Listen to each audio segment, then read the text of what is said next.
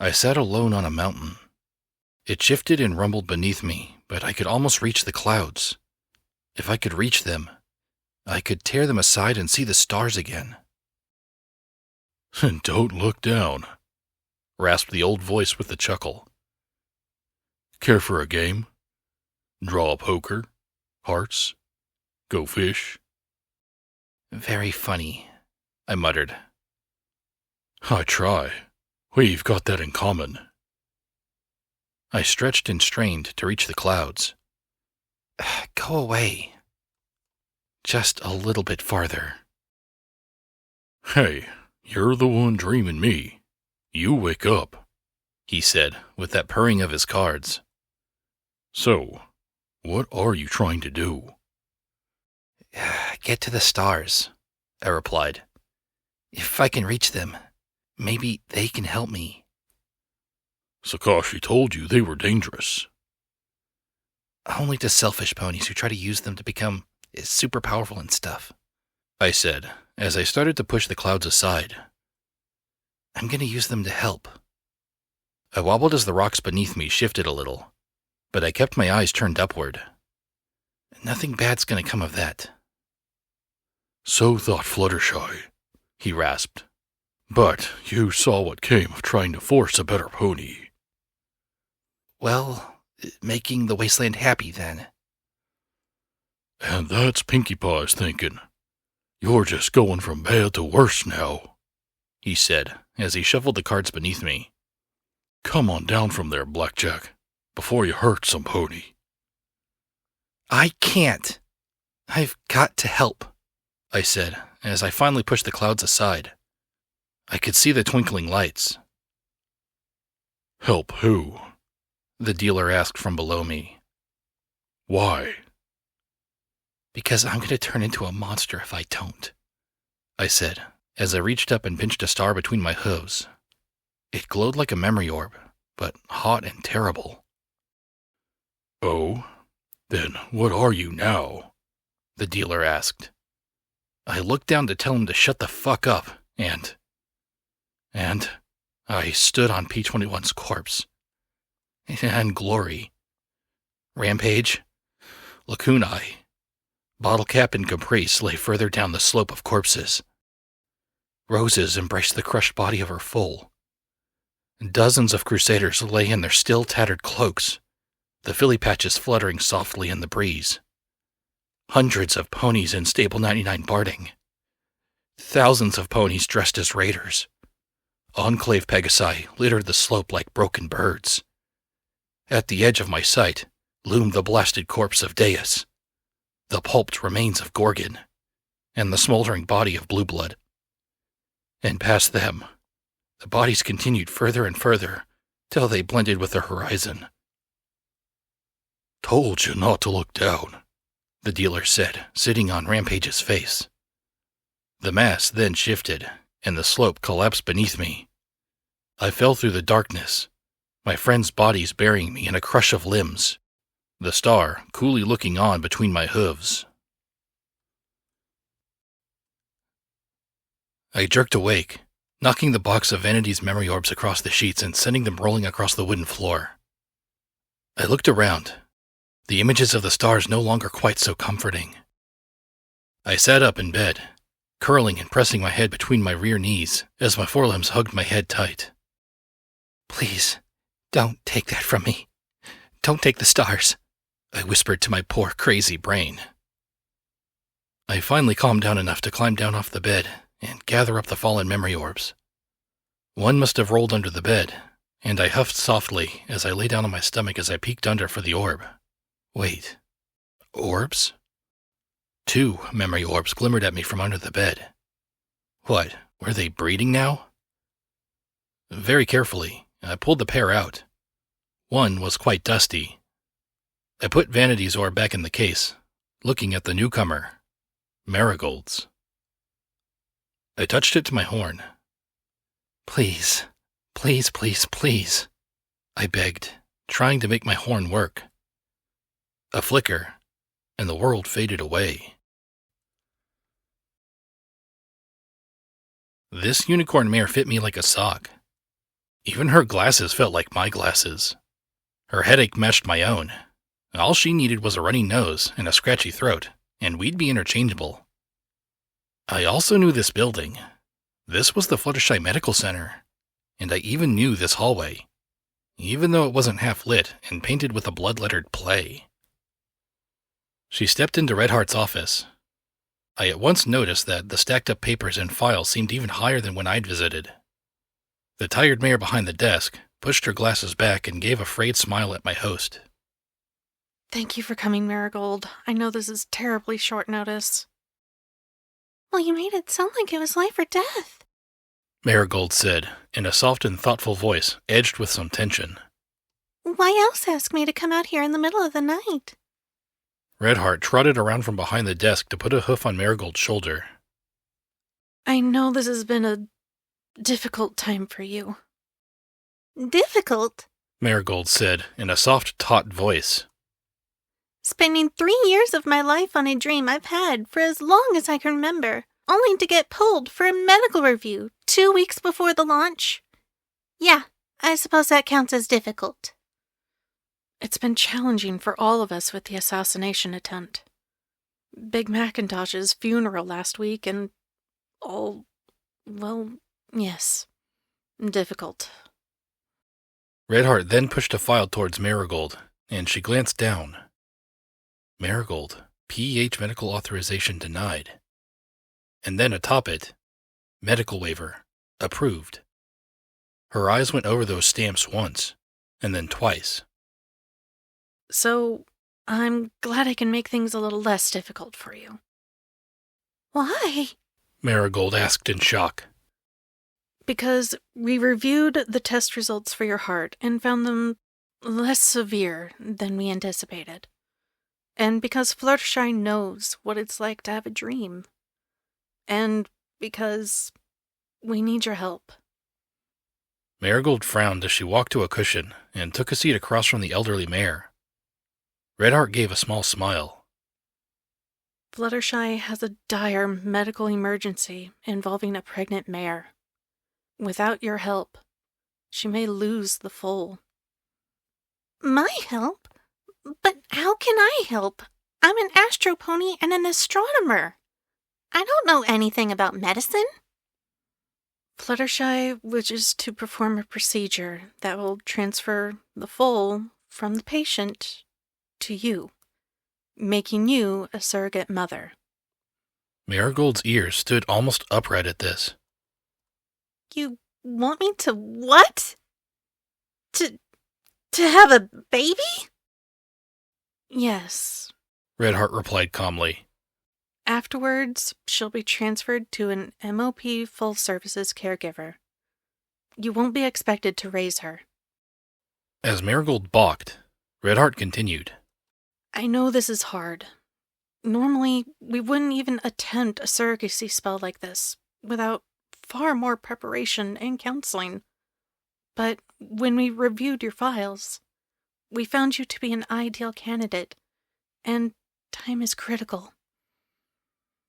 Marigold looked at the file, and then at Redheart. And does this waiver disappear if I say no?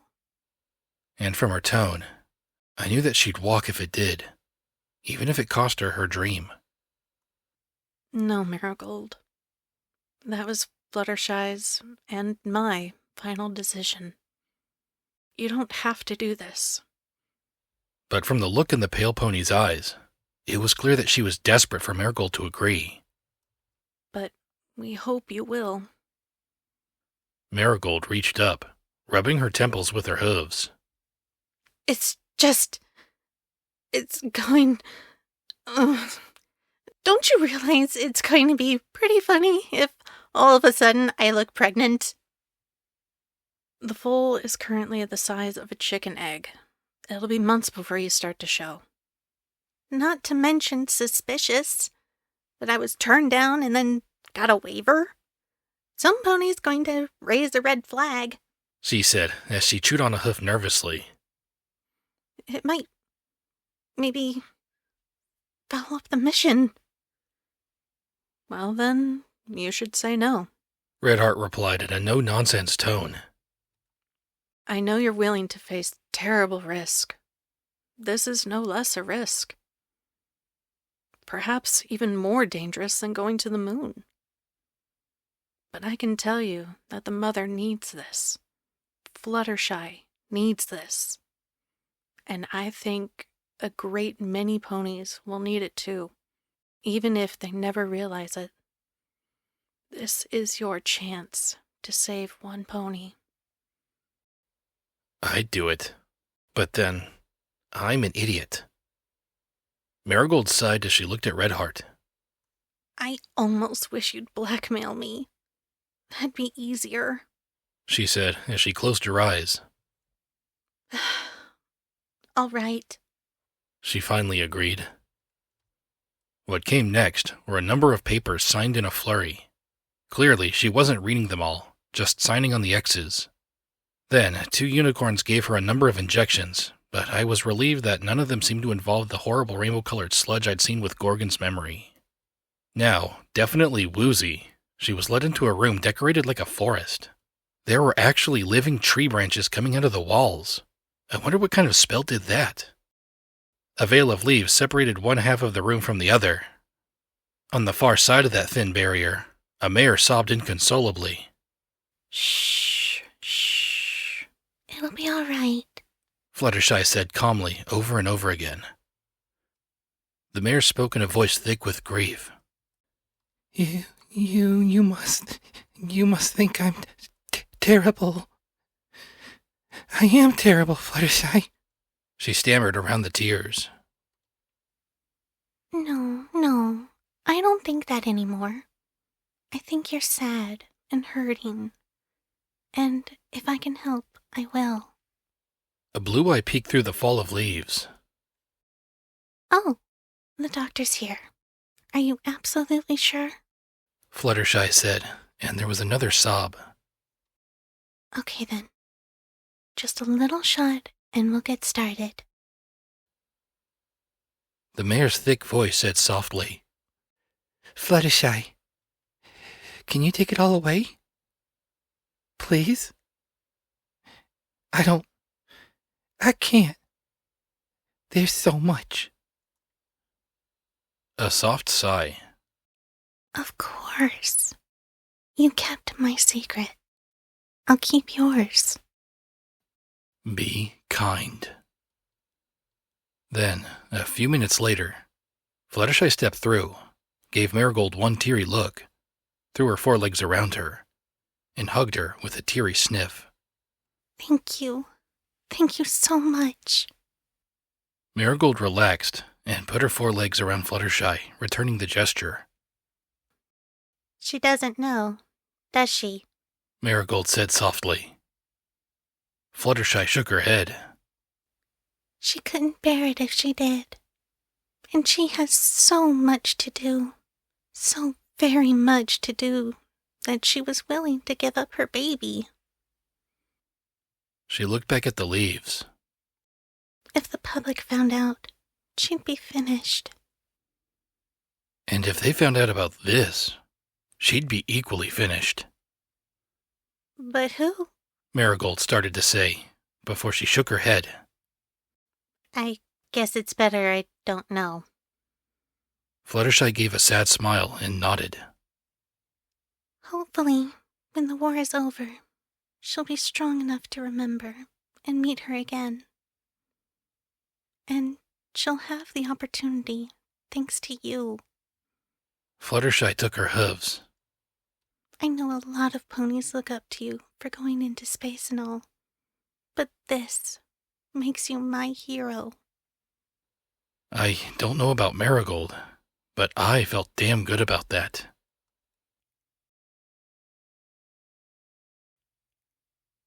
When I opened my eyes, I stared up at the ceiling, feeling conflicted. That was nothing new. Every single time I went into an orb, it felt like Blackjack was getting a little more scrambled up with other ponies. Was I learning? Maturing? Or was I actually doing some kind of inherent harm to myself with these memories? Had Marigold selflessly become a surrogate, or had she feared Fluttershy and Redheart would rescind her waiver? And what of the mare behind the veil? Was she wrong to have wanted to end her pregnancy, not knowing that Fluttershy had an alternative? Who had she been? Important, obviously. A ministry mare? There was a scandalous thought. Or even one of the princesses? Or maybe I was thinking too grandiose, and she'd just been a mare that Fluttershy wanted to help. I pulled my pillow over my face. Why can't anything be black and white? I shouted into it. Everything had to be so tangled. I sighed, then pulled the pillow away, looking at the moon overhead. Marigold had gotten her dream, but the scandal had destroyed her. The nameless mare had suffered terribly, but did that make it right? Why am I the pony that gets stuck thinking about this? Because you care, Lakunai said softly beside me. I jumped so hard that I fell out of bed in a tangle of sheets. The alicorn cocked her head as she looked at me lying on the floor. Are you all right? What? Don't do that! I panted, feeling my heart thud. I've had bad experiences coming out of memory orbs. Which was probably why I had so much trouble getting into them. Forgive me, she said politely. I hope it was a pleasant memory. It was complicated. Slowly I rose to my hooves. What are you doing? Waiting. Glory is attempting to cook. Her cooking is not going well, so I thought it best to check on you and get away from the smell, she said as she looked at the memory orb. So, is it worthwhile? More questions? I whined, but looked at the orb. What do you mean? We live within our memories, and the memories of each other. The goddess directs and we act, but within her we flow from dream to dream and thought to thought. I can no longer remember which are my own and which are the dreams of the goddess. I wondered if that was why I was having so much trouble entering the memory orbs. Was I becoming afraid of changing? Do you, or the goddess, know anything about magic? Lakunai actually smiled broadly, and my answer was in her smile. Okay, a dumb question, I guess. But I'm wondering about something Sakashi told me about a zebra who put his soul in a rock. Is that possible? I always thought that a soul was, well, you. It is, but there is a dark and cold magic that can do such things. What you describe is a soul jar, Lakunai said in her distant voice. But I don't understand. How does something like that work? I walked to the door, opened it, and was greeted by the reek of burnt apples smothered in melted rubber. Gagging, I closed the door and rested my back against it. Okay, there was gross, and then there was that. Lakunai seemed to be listening to something, her goddess, I assumed. Imagine if you were to take a gun, something special and inherent to you, and then you placed within it a piece of your soul. That gun would retain the resilience of your soul. Perhaps it would never jam or rust. It might always be oiled. Perhaps even more accurate than identical firearms. In extraordinary circumstances, perhaps it might fire an extra bullet or two before needing reloading. To you, it would simply be a weapon. But to anyone else, it would be a weapon beyond any of its kind. So what's the catch? Because that sounds way too good to be true, I said as I looked up at her, rubbing my runny nose with a hoof. Lakunai smiled sadly. The catch is that, so long as your soul is here, you can never pass into the ever after. And there is a price paid for rending something eternal. Souls do not heal, and it would take an exceptional pony to rend their soul thus and not suffer horrifically for it. I closed my eyes, trying to get my brain to work right. What had Priest said earlier? About her healing, like, what if you had, I don't know, like a healing talisman? A really powerful healing talisman. Like the kind that had stuffed my guts back into me in the clinic. And you made it a soul jar. Could it keep you alive forever? Even if you were vaporized? Lakunai looked intrigued. Perhaps. I imagined the pink egg I'd seen earlier, just like the one I'd seen back in Fluttershy's clinic, but with a tiny, ghostly rampage stuffed inside. Indestructible, powered by the soul trapped within, remaking rampage again and again. It didn't explain what she'd done, any of her abilities, or Gloria's theory that it wasn't simple madness, but it did explain how she could get turned into ash and still reform. Is there any way to free a soul from a soul jar? Ah, Her lips curled in a slight smile. for that, you'd need a very special book.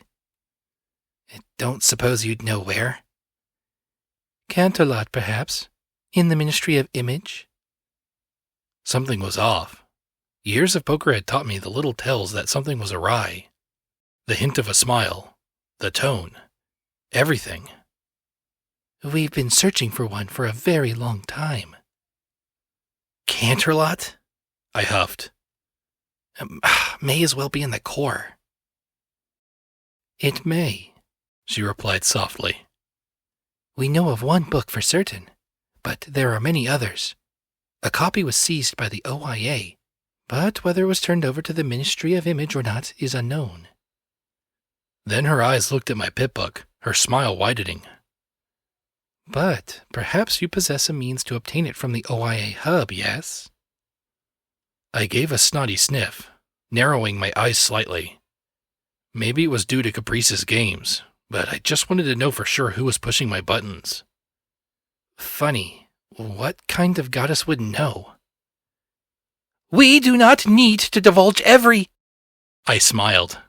Gotcha, I said with a little smirk. goddess, right? Mind letting Lakunai back? We are the infinite and all-knowing goddess. We do not... But the goddess was now hissing her words in pain. Nothing can... We... Ugh! She clenched her head as she trembled. This is unbearable. How does she tolerate it? Right. Lakunai okay. Goddess not okay. You okay? I'm sure that somewhere P21 was grinding his teeth. Suddenly, she swayed and collapsed onto the bed. This is most disagreeable, Lakunai said softly. So I guess that the goddess doesn't like Huffington? Huffington screams in my dreams. I have become used to it. I fear the goddess has not. Suddenly, her eyes widened. And I fear she is very put out by your irreverence. Yeah? Insecure goddesses don't impress me, I said, as I pulled out Cupcake's memory orb. I've seen Luna and Celestia. They didn't act all-knowing. There was a hell of a lot they didn't know. I don't have time to waste on a goddess that pretends to. Lakunai closed her eyes for a long moment. Oh, yes. Very put out. Are all alicorns like that? Like you? I asked as I put the orb away. No. Most are extensions. We exist within her, and within her we act to carry out her will. But we remain ourselves. She can dictate our actions as she wishes. I am an aberration. So, you're a mutant alicorn? I asked with a little grin, but she smiled and nodded politely. I have been in Huffington for many years. I am resistant to the screams of the city. Few alicorns can survive in it for long. In some places, it is physically damaging, she said with a little shudder. I wondered if she was referring to enervation, or if this was yet another horror of the wasteland I just hadn't encountered yet. I'm pretty sure she wants me to find a book for her. It is magic she lacks, Lakunai agreed. I paused, frowning in thought. Can it help Rampage? I do not know, Lakunai replied softly. We only have hints at its power. Right. I sighed, rubbing my muzzle. Well, good to know. Then I sniffed as the rubbery smell increased. There was a soft knock from the hall. I glanced at Lakunai, then opened the door. I made breakfast. Lunch. Brunch?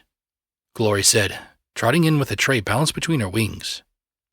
She turned and presented something that looked like mashed sugar apple bombs soaked in milk and wrapped in a fried egg, then burned to crunchy sticks of carbon. I lifted one, wrinkled my nose, and took a bite. Somehow, she managed to make it charred on the outside and gooey within. I had to improvise on a lot of the ingredients. I chewed thoughtfully for a few moments. Not bad. Is that vinegar? She smiled and nodded. Huh. Pretty good, actually. Glory beamed. I'd probably just made her day as I slurped down the rest of the interior and then munched the crunchy shell. I levitated another at Lakunai. What one? The alicorn shied away as she asked politely. Blackjack, by any chance, are you part dragon? By morning, I felt, if not better, at least decent. Between Priest's healing and Sakashi's tonics, I'd coughed up most of the sludge in my lungs, and my throat no longer sounded like a rusty tin can full of nails.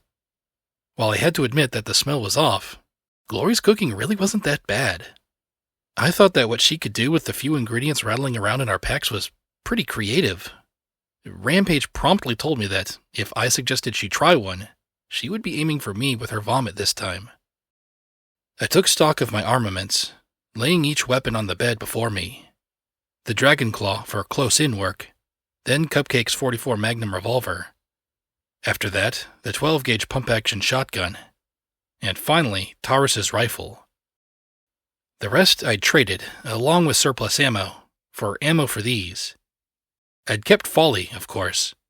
To be honest, I didn't know who'd buy a gun with impossibly rare ammo. While the IF-33 would be tempting, I barely had enough ammo for a clip, and the 12mm gun had been trashed. With the exception of the incendiary bullets, I'd blown through most of the specialty ammo we'd picked up at Ironshot Firearms R&D. I hoped we'd come across more, especially the explosive rounds. The Aegis security combat armor had pockets and holsters for most of these weapons. I had to admit, I felt better wiggling into my armor than I had in a while. While I missed my old security barding, the polymer and ceramic combat armor more than made up for it. Some spray paint, and I was just security again. Best of all, Charity had used a stencil and some white paint to mark the rearing filly on my rump. I secured the weapons, clips, and the handful of healing potions I had acquired and made my way downstairs. Oh wow, Glory muttered, her eyes lighting up at the sight of me. No helmet? P21 asked with a little frown. It cuts off my vision and hearing too much. And it's uncomfortable as hell, I said as I saw that Rampage was now Charity-aged. Apparently, while Glory's own cuisine was too much for my friends, Rampage had gone out of her way to get every remotely edible bit of meat in our packs cooked up. Growing up, even with the assistance of a healing talisman, clearly used up the calories. I really preferred my sugar apple bombs. Glory had assisted her with some mixture of nausea, fascination, and disappointment that she wasn't allowed to indulge in any culinary experimentation. He just looked at me like I was doing something stupid again. What? I asked levelly. Nothing. It's great Amma, he said, before going back to his carrot crisps, adding in a mutter just loud enough for every pony to hear. Boom. Headshot. Yeah, like he had room to talk. He still wasn't using any barding, period. Still, maybe I should reconsider the headgear. I looked at Lakunai. What about you? Do you need armor? Black mourner's lace hardly seemed like adequate protection to me. She looked at me, or rather at my horn. I will be fine. Are you sure? I mean, P21 likes to be all sneaky, but you're a little too, big for sneaking. I'm good. Thank you, she answered. Okay, just saying. I'm pretty sure Celestia and Luna weren't bulletproof, so no harm in wearing some. Blackjack, I don't need armor. I have magic, she said with a small smile of irritation. Right, of course you do. Because you're part unicorn. You do magic. Excuse me, I said as I stalked over to the kitchen, muttering sourly under my breath about big-horned alicorns and their magic. I could sing while blasting away ghouls. Could she do that? Once everything was set, I gave the house a parting look and locked the front door, feeling slightly less secure in the knowledge that any pony with some skill and a bobby pin could open it. Oh well, not much I could do about it now. As a pleasant surprise, Glory's food didn't taste much different on the trip back out, and into a paper bag that Ditsy kept in her wagon for just such occurrences. I found 2 boxes in the back, wedged myself between them, and did everything I could to avoid screaming, crying, wetting myself, or taking my mind off my striped friend. Philly Rampage looked oddly like Silverbell's striped sister as the 2 sat in the back. I kept my magic grip on the revolver. If I saw a skull appear on her butt, I was going straight into Sats. Glory and Lacunae flew at her flanks. Ditsy had stared at the alicorn with some nervousness, but of course she hadn't said anything. I had to admit, the sight of the lace-draped alicorn was decidedly surreal. Then again, I was traveling with a pony with a soul thingy lodged within her, and a hallucination that liked cards, on my way to liberate my stable. Reality was now a lot more subjective. Then P21 looked out the back with a small frown. Why didn't he freak out at the sky? Blackjack? I grunted in reply. What is that? He asked as he peered through his binoculars. I carefully moved to the back, making sure to avoid looking at the clouds above or the ground way, way below. What is what? I asked, and then frowned as I spotted a black speck behind us. What is that? I lifted Taurus's rifle and sighted through the scope. At first, I thought it was the Enclave. Maybe Dusk was coming to finish off Glory? But there was something off about how it moved, and I couldn't see any mounted weapons. Its wings were as big as Lacunae's, and it was gaining on us. Fast. Really fast. Behind us! I shouted, as the creature rolled faster than I could follow with the scope. Ditsy, get us on the ground! I yelled as it swept over us. I heard the buzz of Glory's beam weapons crackle as she shot at it. My stomach rose in my throat as every terrifying nightmare I had about falling rose in my chest. Ditsy was getting us on the ground by the fastest means possible, straight down. As she dove, I saw the flash of beam guns and flickers of lightning from our airborne friends. After that, I was just holding tight as half of Ditsy's wares battered P21 and me. Rampage laughed in delight, and even Silverbell appeared more thrilled and less scared by the drop. Just before we hit, Ditsy flattened out, flying over the rebel-strewn fields of Miramare. The wagon suddenly lurched to the side, and the wagon cover ripped, 4 sets of brown claws tearing open the canopy. Something growled overhead, and I wasted no time thrusting Taurus's rifle upright and blasting away blindly. With a snarl, it released the wagon, and Ditsy was able to pull up over the main building. Get ready to jump out! I yelled. The wagon came to a stop, and the 3 of us spilled out. I could have kissed the ground, if we weren't facing some kind of clawed, winged, flying thing trying to kill us. It wasn't in sight, but I doubted that would last. Get the door open quickly, I said as I nodded to the door to the locker room. We gotta get out of sight! I looked over at the ghoul Pegasus. Best get out of here. It'll be after us. And oh, how I hoped that was true, and that this wasn't some sort of ridiculously aggressive predator with a taste for ghoul flesh. Thanks, Ditsy. I owe you a new canopy. She grinned and shrugged, then winked a cloudy eye at me and took off. I made sure to fire a few rounds at anything that might be a bat-winged thing. To my relief, I didn't see anything go after the damaged wagon. Rampage looked at the duffel bag between my shoulders, then held her spiked armor. I hate being little. How am I supposed to kick tail like this? She said, as she gestured to herself. You'll find a way. I have no doubt about that, I assured her. Behind us, the door clicked open. Quick, inside. If we were fighting something that flew, the lower the roof, the better. We disappeared inside just as the winged thing flashed over us. Whatever this thing was, it was fast. Really damn fast. I'd just closed the door when an oozing brown stinger punched right through the heavy metal. Ah! I shouted as I reeled back, blasting at the appendage. It jerked free with a metallic squeal, leaving a hoof-sized hole. A bright blue eye peeked through and then narrowed. Peek-a-boo. A low feminine voice growled. Peek-a this, I muttered as I fired the rifle, but the eye jerked away with a laugh. Well, at least it's a happy monster. Great, so you won't be adopting it then?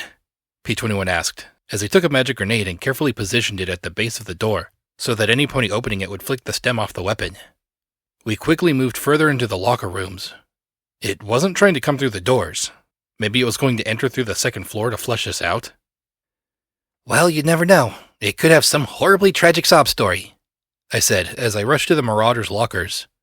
Actually, given my track record with these kind of things, it was probably likely. I selected Doof's locker and typed Mama. There were a stack of papers, a memory orb. Of course there was a memory orb. And some large boxes of ammo. In the back was a gun? It was a short tube about 2 feet long, with a mouth-grip stock. Really, it resembled the biggest single shotgun I'd ever seen before. A heart was carved into the stock, with the words Twist and Doof, and some pony had painted Persuasion on the barrel. No time for reading, and certainly no time for a memory orb. I dumped them into my bag, and then turned the gun over. It sure wasn't something I'd seen in any Ironshot Firearms catalog. What the heck is this? I asked with a frown. It's sure no iron pony. What's what? P21 asked, and I showed it to him. Oh, it's a grenade rifle. Great, enjoy, I said as I pushed the tube into his hooves. His eyes went round. Blackjack! It's a gun! It's a grenade gun, I countered. You do grenades, so logically you should be fine with it. His eyes went even rounder. There's nothing logical about that. I sighed and slid him the ammo. Look, I trust you. Trust yourself and ante up. This isn't some gun you point and shoot, right? He frowned in worry, but nodded. Gotta figure out angles and delays and stuff? He nodded again, and I tapped his forehead. Then it's right up your alley, egghead. He sure didn't look happy about it, but he took the weapon and the grenades and slipped them into his saddlebags. And if I was wrong, and he was feeling shoot blackjack-y, at least it'd be quick. Now there was just the question of how he would connect with Glory and Lacunae. Unless Miss Big Purple Horn had a magical location spell, and I wouldn't put it past her, we'd have to go out, or they'd have to come in. If I were the flyer, I wouldn't want to be stuck inside. So I guessed she was somewhere on the roof waiting for us to come out the second story. Oh, we can get out through the crater, I muttered. But we need to tell Glory so they don't come in and have us chasing each other in circles. He frowned, then dug through his bag and scribbled a word on a piece of garbage. Hook it onto the hole in the door and let's go, he said, as he carefully unhinged the gun and slid a grenade into it. I did as he asked.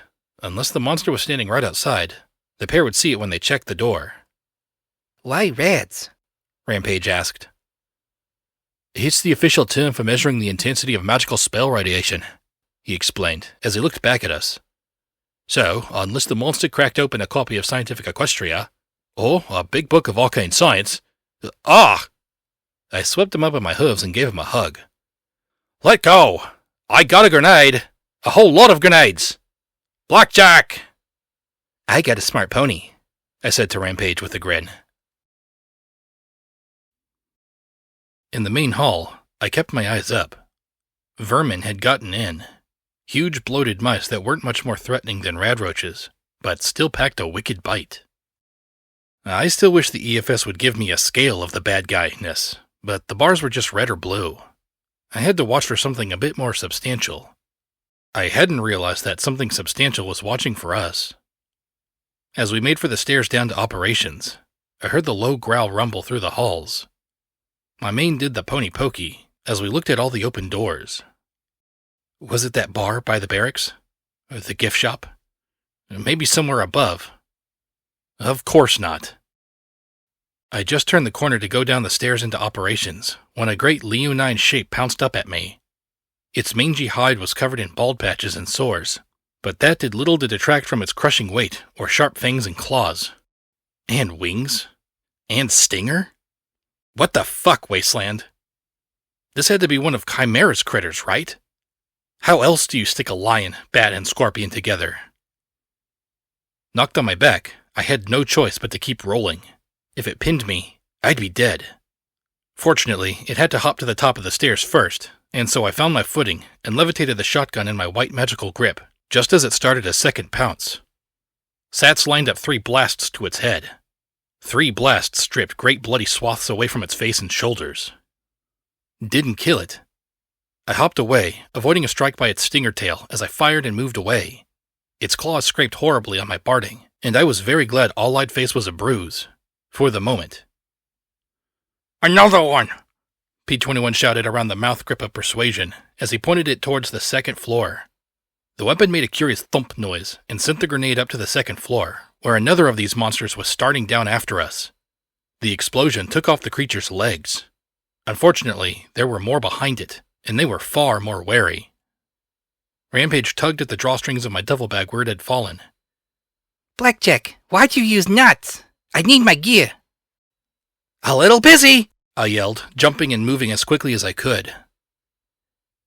Come on, I can't rampage like this. I need my ripper, hoof claws, something.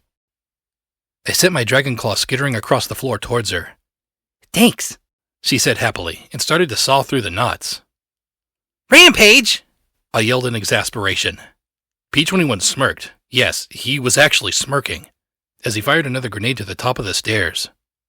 She blinked, looked cross-eyed down at the weapon in her jaws, and then rolled her eyes. She let out a filly-ish squeal as she raced to the monster and hugged its back leg with all of her hooves. Her head jerked back and forth as she sliced into the thick tendons behind its knee. It let out a roar as it staggered, and I was able to move away from it and reload with slugs. The monster then swung its tail and speared Rampage through the side. She twisted, grabbing the scorpion stinger in her hooves, and started to slice through that instead, as blood foamed out around the dragon claw. She simply continued to hold tight and slashed away at the stinger tail. The monster, seemingly confused by the squirming filly's refusal to die, cut to the chase and pulled her towards its maw. Unfortunately for it, that meant taking its eyes off me. I pressed the barrel of the shotgun against its head and took off half its skull. As it spasmed and flopped, Rampage was thrown free. One last shot and it went still. We're running some more. Always with the running, P-21 muttered as he limped down the stairs. Rampage wasn't walking much better as her mouth foamed, but the hole in her side was healing with pink light. Once we got downstairs, I slammed the door behind us. I noticed Rampage was already intact, but still dripping white foam from her lips. You okay? Not the best question to ask her, but still. Poisoned, was all she rasped. I pulled out one of the antivenoms Glory had made for rad scorpion stings and poured it down her throat. At once, she gagged and clutched her throat, falling over. Rampage, I asked in alarm, dropping beside her. Had I somehow made it worse? That tastes disgusting, she coughed. I rolled my eyes and licked the end of the bottle. Okay, so it was a little bitter. Baby. I am not a baby. I'm older than both you combined, she said as she pointed at me with a scowl. You've just got a mutant tongue. That's what. Hey, could we focus? P-21 started to say as Rampage charged at me. I stuck out a hoof and pushed against her forehead. Even small, she nearly shoved me off my feet. Oh yeah? Better check, I said, sticking my tongue out at her. Rampage blinked, then tackled me with a roar. It wasn't nearly as effective as it would have been if she were her normal size. Oh yeah, Really mutated, just like those bruises, she said as she swung her hooves at me. Ah, some pony needs her nap. She's all cranky. Ladies! P21 shouted, making both of us look at him. Imminent mortal peril here. Chimera monsters hunting us down, and you two are... Ugh! He sat down, pulling his mane before he jabbed a hoof at us both. Don't make me put you in corners. Now, are we going, or do you two want to keep acting like 2-year-old foals? We both stared at him a moment, then pointed at each other in unison and said in chorus, She started it. Traveling through the operations center gave me a sense of déjà vu. I'd fed Minty fresh to a raider trying to get info out of him. Glory. I was really glad that Glory wasn't down here again. P21 had strung a wire across the bottom of the stairs and up overhead, then had me tie 3 frag grenades by their stems. Jerk the wire, grenades pop free. Boy, was I glad he was on our side. Hey, the dealer whispered from a dark doorway. Got a second? Not right now, I muttered. P21 looked at me. Blackjack? Great. Now I was starting to act crazy. Crazier, anyway. Just go away. I'm not crazy anymore, and I don't need you creeping me out. Okay? I've got monsters to deal with, and Rampage and Stable 99, and... You know it. This relationship just isn't working out. It's not you, it's me, okay? So just go away and stop bugging me. I smiled to the old pale pony as pleasantly as I could, then saw the pair staring at me. P21 repeated himself in a far more unsettled tone. Blackjack, who are you talking to? No, Pony, okay? I'm just... I sat down hard and blurted. Sometimes I see this pale horse who has a real fetish for cards, and he likes being all cryptic and mysterious, and I think he's some crazy part of my brain. But I'm not crazy anymore, so I don't need to talk to him, so he just needs to go away. I took a deep breath, glaring at the old stallion. Right now. The old stallion nudged his hat back, looking at me with an amused smile. Okay, Rampage said brightly, grinning at P21. Suddenly my problems don't seem quite so bad. You killed Thorn, he replied bluntly, taking away her grin as he sat next to me. This has been going on for a while? Since Glory got branded, I admitted. I mean, I kinda had hints before then, but it was after she got branded that he started showing up for chats. Why didn't you tell us? He asked in a slightly hurt tone. Well, I mean, you were just getting over wanting to kill me. You are over that, right? His eyebrows arched as he looked at me coolly. Okay, mostly over that. Anyway, Glory was hurt. I felt completely useless. Then we fought Deus and the Zodiacs, and there were all the problems in Flank, and I just wanted to seem like I had it together, okay? That I could tough it out. He just shook his head. Blackjack, you're an idiot. You sing while chopping up ghouls. You befriend any monster that seems the slightest bit depressed. You seem to make enemies with shocking regularity, and you think seeing things that aren't there is too much? I figured you were crazy when you stopped Daisy from bashing my head in, and nothing I've seen changed that much. He nudged my shoulder with his hoof. You might be one-twigged, mare, but you're also a good pony and a good friend. Rampage looked from me to P21, and then asked, you two gonna kiss or what? The dealer just smiled and chuckled softly, shaking his head. Immediately we both went bright red. P21 stammered and pointed at me. A kiss? Her? She's a mare. Rampage broke into giggles as P21 scowled. I don't even like her like that. Really. I have grenades, you know. I just smiled and shook my head, then stepped past the dealer into the room. The office had once been some pony's living quarters, But clearly the Enclave had cleaned house before abandoning Miramare. There hadn't been much in here to begin with, just a terminal I hadn't even bothered to try accessing. Locks were one thing, but I had no clue how to... Wait. I might not. But... P21! I need you! Right now! I shouted. Rampage's giggles exploded into peals of laughter. He stepped in with a look, promising to find some way to murder a certain striped pony. It's not for sex or a joke, I added quickly.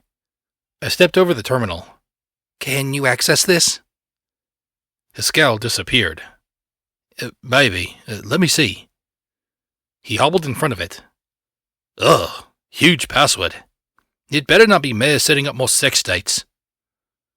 Rampage walked in, rubbing tears of mirth from her cheeks. He started his magic as I tapped my left hoof on the top of the monitor.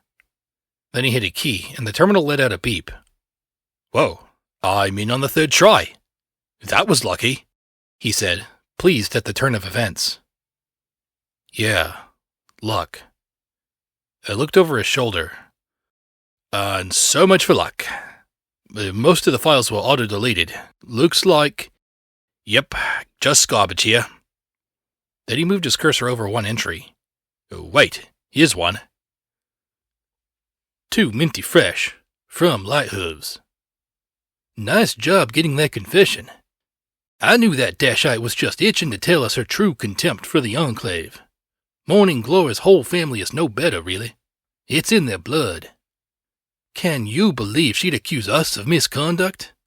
Where is her loyalty, her sense of duty, her honor? Ah, well, as long as she has that surfacer terrorist assisting her, there's not much we can do.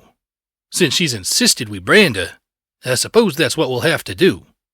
Such a pity. We were making some real progress investigating potential cures for the surface, but she's mucked up the whole operation. Now she's probably run off to flank Megamot. I suppose we'll have to hope Yellow River offers better fruit. And get ready to relocate. I wanted to shoot some pony. Actually, I wanted to shoot him. But this moved him back to the top of the list. But oddly, despite my horn twitching with the need to put a hole in the screen, something held me back. Something's wrong, I muttered. Back out. All the way out. He frowned and did so. I looked at the screen and selected the first password option from the screen of gobbledygook. Then the second. Then the third. Exact match. I repeated it 2 more times, and every time the third guess brought up the password, no matter how I put in the password. That bastard, I muttered. I would like to buy a clue, please. Something in size 4. Rampage said as she peeked up from between my legs. This is why Dusk tried to kill Glory. This wasn't for me. This was to put Dusk on Glory's trail. And if she'd been a little more lucky with her Nova Surge shots, she would have killed her right in front of us. I read the message again and tapped the screen. Yellow River. That's for me. Yellow River? What's Yellow River? P21 asked in confusion. Well, if you've ever seen me drink a whole lot of Sparkle Cola all at once, Rampage began with a little smirk. I don't know, but he wants me to go there. A trap? A setup? Something. I gritted my teeth. I had to go. It was the only lead I had for helping Glory at the moment. He's playing me. Like the goddess. So, what are you going to do? Play along. Then I'll play rough and dirty when the time comes for it.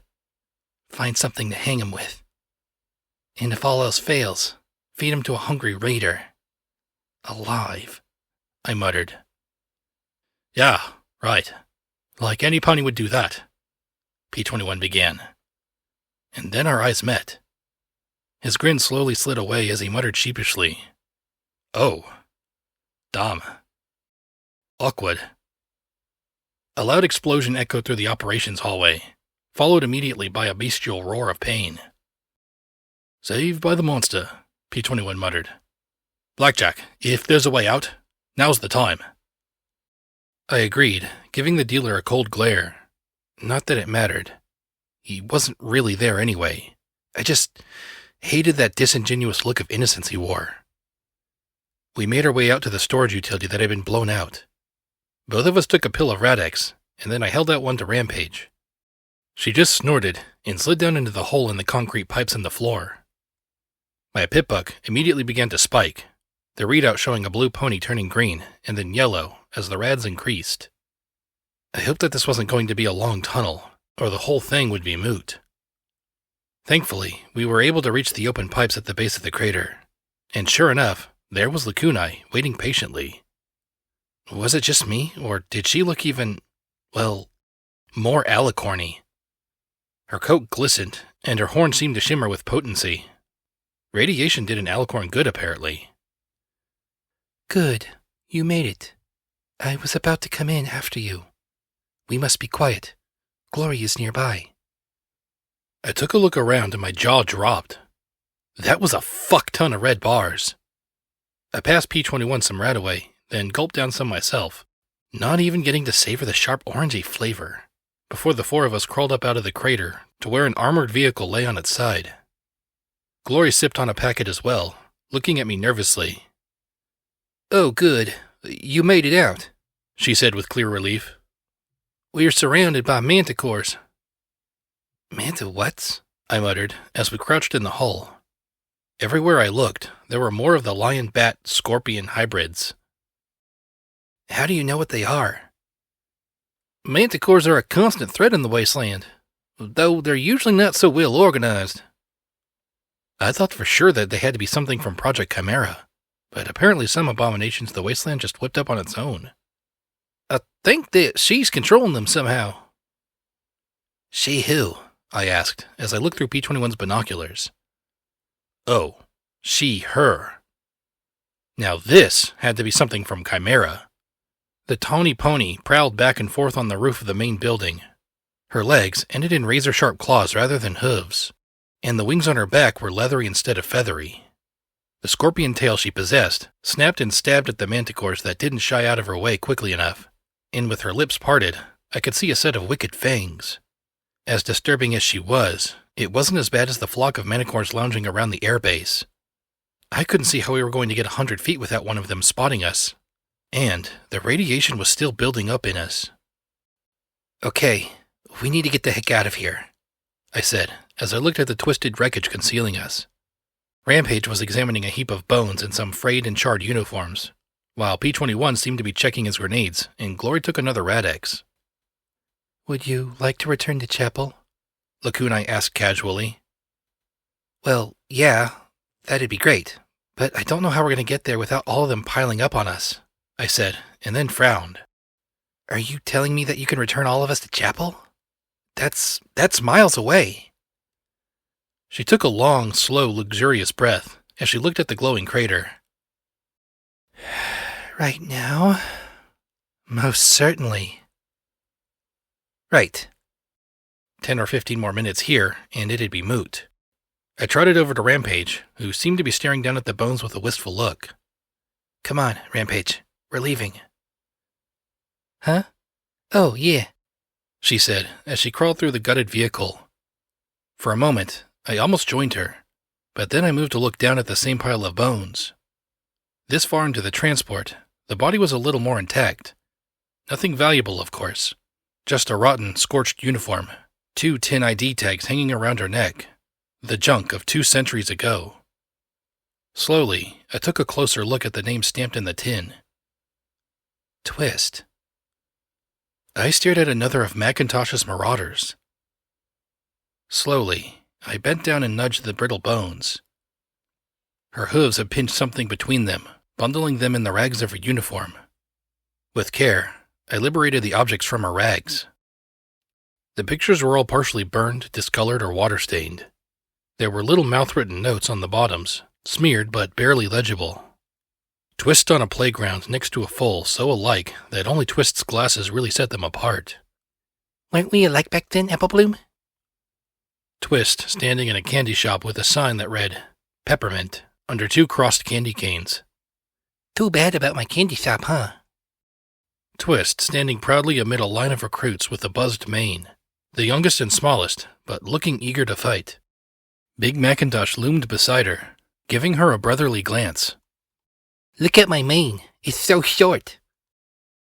An older and more mature Apple Bloom, posing for a picture in front of a stable door marked with an immense number 2. Looking good, Apple Bloom. Looking really good. Twist putting Big Macintosh in a hoof lock as the rest of the marauders cheer and laugh at the sight. Psalm smiling in reserved amusement, Stonewing grinning as Jetstream leans against him, Vanity shaking his head with a smile. Even Doof is having a great time. Then, a picture of the marauders all gathered together in prance. Her grin around the peppermint stick goes from ear to ear. My family. The next picture was of Twist and 3 red-marked zebras. As sad as she looked, they appeared haggard, yet also proud. She's hoof-bumping the leader. Last of the predators. All but one of the marauders standing in grim lines on one side of the casket, the ministry mares on the other. Applejack resting her head upon the corner of the coffin as Twilight Sparkle holds her shoulders. Applesnake's eyes looking at the orange mare past Celestia giving a eulogy. I had never seen such a look of repressed pain on a stallion's face before. Twist just looks lost. One of her in the hospital, looking hurt. But Vanity, Echo, and Applesnack are with her. 3 out of 8 friends. Her eyes show far more pain than joy. She wasn't smiling in the last picture. Oh, her lips were curled at the edges. But there was no mirth in her eyes as she stood alone on a tank, sergeant stripes on her uniform. She had the eyes of a ghoul, flat and lifeless and eager to die. And so she had. There was one last picture that had fallen away, and I almost missed it. I recognized the young Apple Bloom as almost a spitting image of Applebot. I didn't know who the orange Pegasus or the unicorn with the purple mane were. They seemed to be in the middle of a fight in a garden, surrounded by statues, as Twist looked on with a sad smile. The worst day of my life was when I got my cutie mark, and you didn't. I pressed the pictures back between her hooves, as I heard the others call out a warning, and bent my nose to nuzzle her skull. I prayed that she'd finally found rest at last. With one regretful look back, I returned to the others. There was a brilliant flash of purple light, and the world disappeared.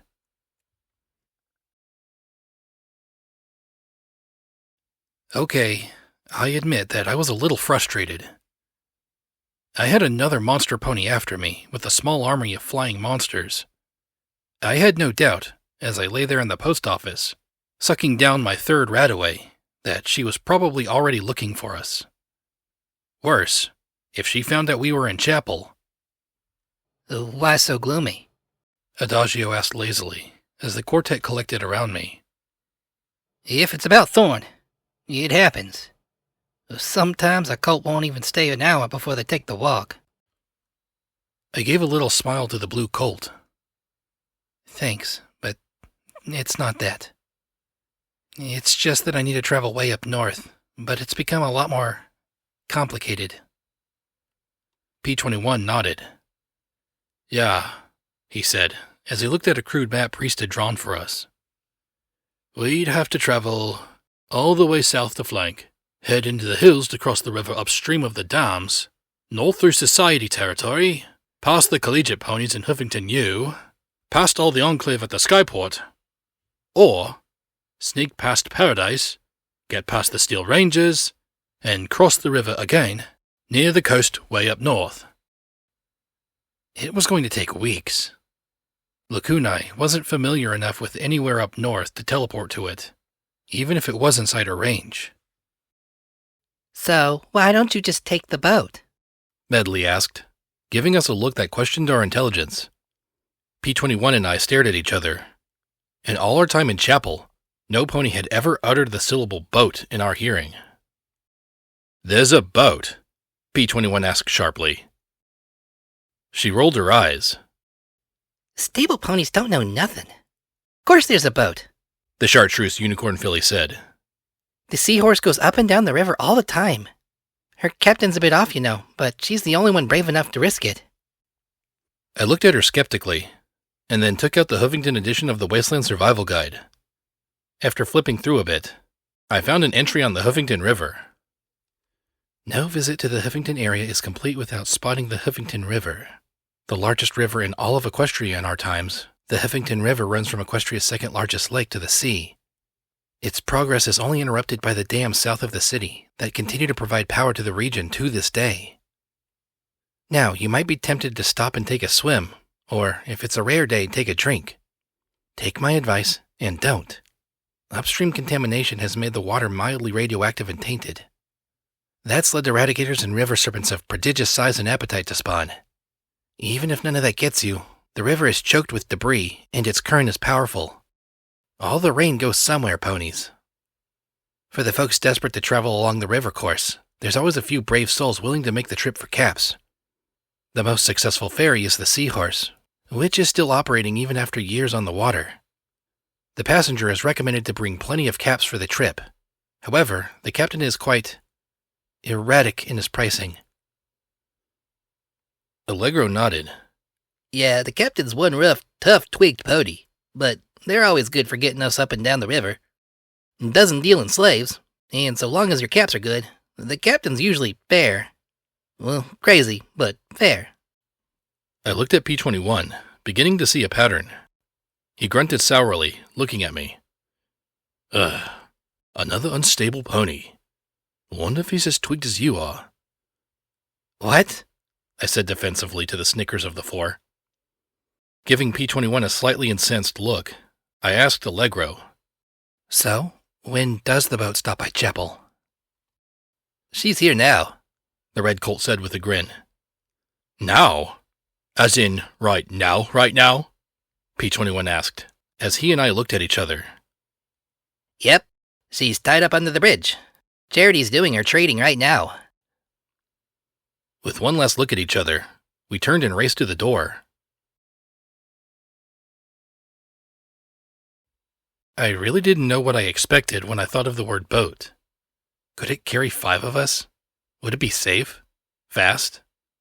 Would Sanguine anticipate us taking it? Would we have the caps the captain wanted? P21 found the concrete steps that led to a crumbling concrete slip underneath the bridge. Panting, we picked our way underneath and saw the hunk of junk that looked as if it should be lying under the river instead of floating atop it. Okay, maybe that wasn't fair. What did I know about boats? I just didn't think that they should look so rusty. It was almost as long as the bridge overhead was wide, maybe 70 or 80 feet. The hull had been patched and painted so many times that it was hard for me to figure out what its original color was. It was made of wood, with metal sheeting hammered over top. I knew this because of all the places where the metal sheeting was no longer there. At the front of the boat was a small enclosed turret with 2 machine guns pointing out. It looked as if there were 7 or 8 crew ponies, and the biggest stallion of all was sitting at a card table staring at Charity with his forehooves crossed. With his scruffy black beard, anchor cutie mark, and scarred hide, I guessed he was the captain. Charity stared back undaunted, as if trying to will him to part with his caps. "You'd better wait here," P21 said. "I'll see if I can get us a ride." Great, waiting, I muttered, as I sat with a grumpy frown, as he trotted down and started trying to break into the staring contest. He might as well have been talking to a wall for all the notice he got. Tell me about it, said a mare beside the river. So boring just waiting for them. They've been at this for hours. The turquoise unicorn mare had a mane so filthy and chopped that I wasn't sure if it was blue, gray, or some mottled mix of the two. She wore a battered black cap complete with skull and crossbones, like from a storybook. A leather eye patch covered her left eye. She swirled an amber drink in a bottle. Want some? It's rum, or grog. One of the two.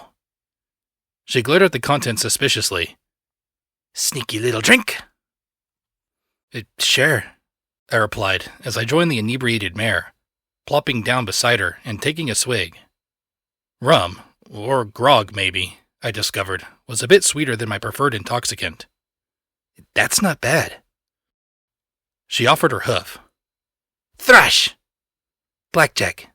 I bumped it with my own. She eyed my security barding, leaning back and squinting as she fought to focus her gaze. Security, security. Where have I heard that before? She suddenly pointed the bottle at me with a gasp. You're that mare with the bounty, ain't ya? I felt my mane start to prickle, but then she grinned. Well, good for you. I always said that if you're doing something good enough for somebody to pay to want you dead, then ya must be doing it well. So you're not looking to collect? She took another pull off the bottle and then burped. Who, me? Collect for usury? Ha! Fuck usury.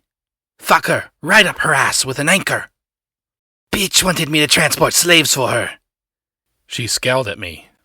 Do you know what kind of mess slaves make? I mean, really. Smell lasts forever. She made an annoyed face. So I told her to go fuck herself, and every pony in paradise. And I think Equestria too while I was at it. I just grinned as she frowned and rubbed her chin. I think I might have shot her too. Shot at her? One of the two. Really? I said with a chuckle. Well, I was drunk at the time, and I don't quite think she understood all the implications therein. She took it all personal-like, put a 10,000 cap bounty on my noggin. I don't think she realized most bounty hunters can't swim. The turquoise mare muttered as she upended the bottle into her wide-open mouth. She swallowed, then blinked and stared into the bottle. Gone. Why is it always gone? A great tragedy strikes the wasteland once again. She looked at me through the bottom. Ooh, wavy. I smirked. I had been waiting for a special occasion to enjoy it. This would do. I floated out a bottle of wild Pegasus that Glory had bought. Security to the rescue, I said with a little grin. I might not have been able to save ponies who needed it, but at least I could get some pony drunk who'd appreciate it. An hour later, I had a nice warm glow in my stomach that gave rise to a pleasant buzz spreading throughout my body. So, what's your story, Thrush? Who, me? Story? I'm lucky if I got a limerick. She cleared her throat. There once was a pony named Thrush. Her mane was like a dirty old brush. But her daddy was captain, and when his luck was cashed in, on his boat she'd have a serious crush, she said, as she balanced the bottle of wild Pegasus on the end of her horn. Since she had her horn stuck in the bottle, it wasn't that impressive. No second verse? Same as the first, she said with gusto, and I laughed, even though it made no sense to me at all. I've been staring the seahorse all around Equestria. My daddy showed me all the neat little hidey holes and hazards to avoid. Normally I'd ply from Ironmare to Friendship City, but I tuck up the river to see what the eggheads or crusaders have scavenged up every now and then. Damn skilled fillies and colts. She sighed as she tilted her head left and right, making the bottle rock on her horn. Most boats are lucky to last a year on the water. I've lasted 3. She looked at the dinged-up rust bucket with a look of love. Saved my life being captain. Having some control. Somehow, I doubted that there was nothing more to her than just 5 lines of verse. So, wait, you're the captain? I asked in confusion, and then I gestured at the scruffy-looking stallion with the thick beard. Then who's he? Him? Tar Boots? He's our quartermaster. He tells me where to go to make money, and I go there. It's not like I understand any of this business stuff. I just turn the wheel that points the seahorse in the right direction and try not to get sunk. Hasn't happened yet. She let out a long, low belch, then smirked at me. What? I've got biggest hat. That makes me captain. I can't argue with logic like that, I said with a laugh. And you? How the heck does a mare go around with a big security on her barding, shooting up the countryside? I took a deep breath as I balanced the rum bottle on my horn. Okay, stuck my horn in the rum bottle. Ta-da! Well, damn. If you're a limerick, I coughed and cleared my throat. Blackjack steps outside. She tries to do good and help. Poor Equestria. Never underestimate the powers of inebriation for inspiration. Anyway, now I'm trying to get way north. I'm going home, actually, I said, as I stretched over and showed her my Pitbuck's navigation map. See? Stable 99, way up top there. Oh, up there, huh? Raider territory these days. Didn't know there's a stable up there, she said, as she rubbed her nose. Well, I could drop you off here at Boardwalk. Just a quick stroll to your stable then. She then looked at me skeptically. Question is, can you follow the rules? Probably. Depends on the rules, I said cautiously. 1, and this is a big one. Listen to the motherfucking captain. She lifted her hooves in frustration. I cannot tell you how vital rule number 1 is. I tell you shoot, you shoot. I tell you shut up, shut up. I tell you to hide, then you hide. I tell you to swim for your life, then you swim for your life. 'Cause otherwise, some pony is gonna shoot ya. Probably me. Sometimes it feels like the day's not started without some pony shooting security, I said with a resigned sigh. Price of virtue, she said with a grin, before continuing. 2, stay on the boat. You hop off for any reason, and we gotta burn power to pick you up. Lots of places there isn't anywhere to pull in. You got flyers? I nodded and she looked curious. Then they really have to stay in. If they take off, they'll get 30 or 40 feet before the city picks them off. The city doesn't shoot things in the river? I asked curiously. Doesn't have to. She pointed a hoof at where the city wall met the river. A curtain of white rolled along it. See all that rough water? It's all busted up concrete and steel scrap. Besides, that close you've got 10 minutes before the enervation sucks you dry. So, no flying. I'll truss them up like a turkey myself if I have to, I said with a nod, wondering just how one tied up an alicorn. Politely, I guessed. Tying up Glory. That led to some downright disturbing neighborhoods of thought. 3rd, you pay for your own gas. That means spark batteries, gem cartridges, even raw gemstones. If you can't swing that, then you get to point your horn in a flex converter and channel it till it falls off. And trust me, it'll feel like it if you do. Right, I said with a nod, watching as P-21 in the large gray tar boots strolled up. Hey, P-21. Hey, Blackjack, I got us a deal with the Captain Tar Boots here and... He stared at me. What? Did I have something on my face? The gray pony interrupted him. Captain Thrush, got a request for 5 passengers. He broke off with a sigh. Captain? The turquoise mare blinked at him, and he coughed. Captain, you have a bottle stuck on your horn again. She looked at him coolly and said, with as much dignity as she could muster, I knew that I did. Ahem. 1 moment. She rose to her hooves, her magic carefully unscrewing the bottle from her horn. Excellent observation, Master Tarboots. But I'm afraid you'll have to tell this adorable guy that I have already agreed to provide passage to this filly and her friends. The scarred stallion opened his mouth, and she raised a hoof.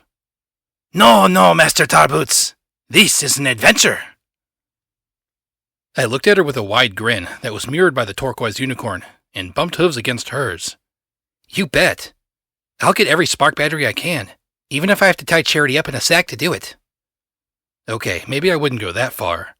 Maybe I'd pay them, and then tie her up in a sack. The stallion stared on in shock as they looked from one of us to the other. Sweet Celestia, muttered the grizzled stallion, as P-21 sat down on his rump with a groan. There's 2 of them. There's 2. The blue stallion moaned in despair. Celestia, save us all. Footnote. Level up. New perk added. Ferocious Loyalty. When you drop below 50% HP, companions gain DT.